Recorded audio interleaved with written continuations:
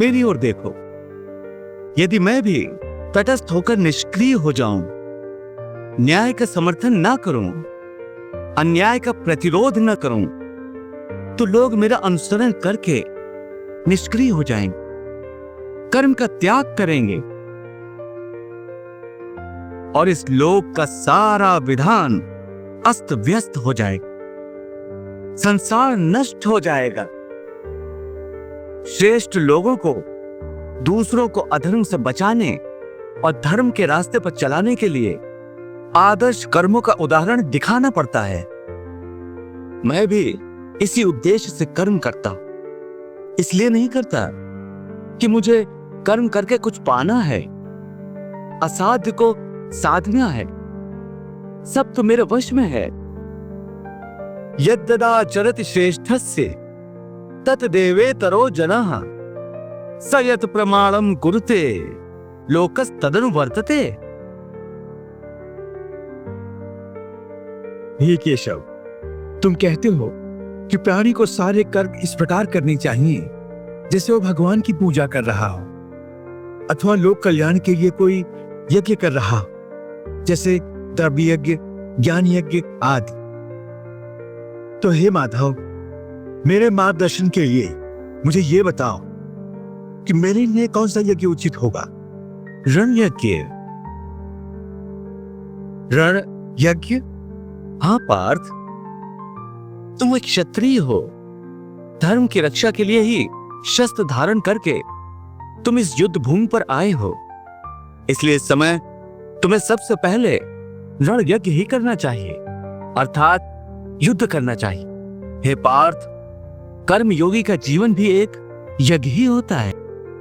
इसलिए तुम भी आसक्ति से मुक्त होकर स्वधर्म पालन करो, युद्ध करो।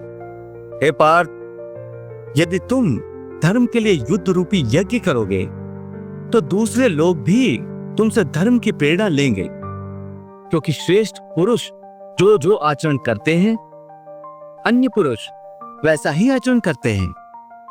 सब उसी का अनुसरण करते हैं, क्योंकि बड़ों का अनुसरण छोटे तो करते ही हैं। हे अर्जुन, मेरी ओर देखो।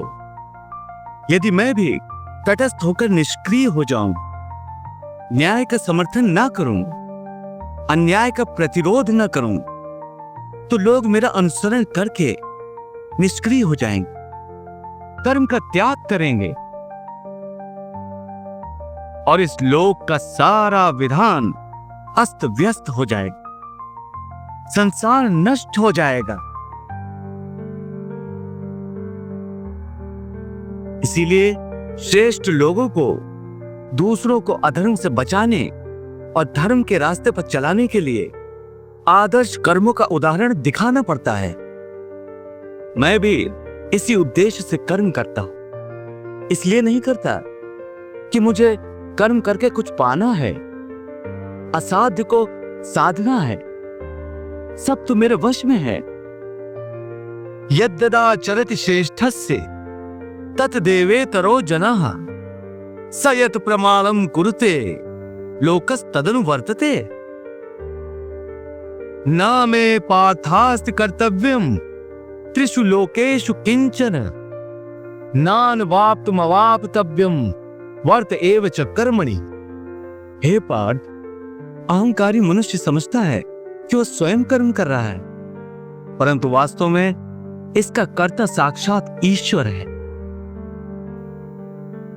ईश्वर तुमसे कर्म करवा रहा है। ये मानकर तू अपने सारे कर्म मुझे अर्पण कर दो। कर्म फल की आशा छोड़कर युद्ध करो। अर्जुन, तुम मेरे मित्र हो, सखा हो, फिर भी मोह माया के अधीन कैसे हो गए?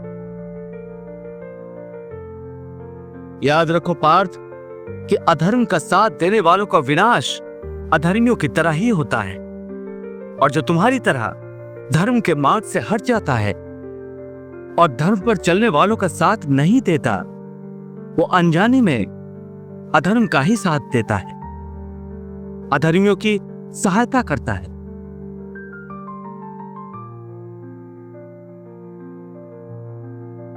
इसीलिए तुम हथियार डालकर धर्मराज युधिष्ठिर का नहीं, अधर्मी दुर्योधन का साथ दे रहे हो।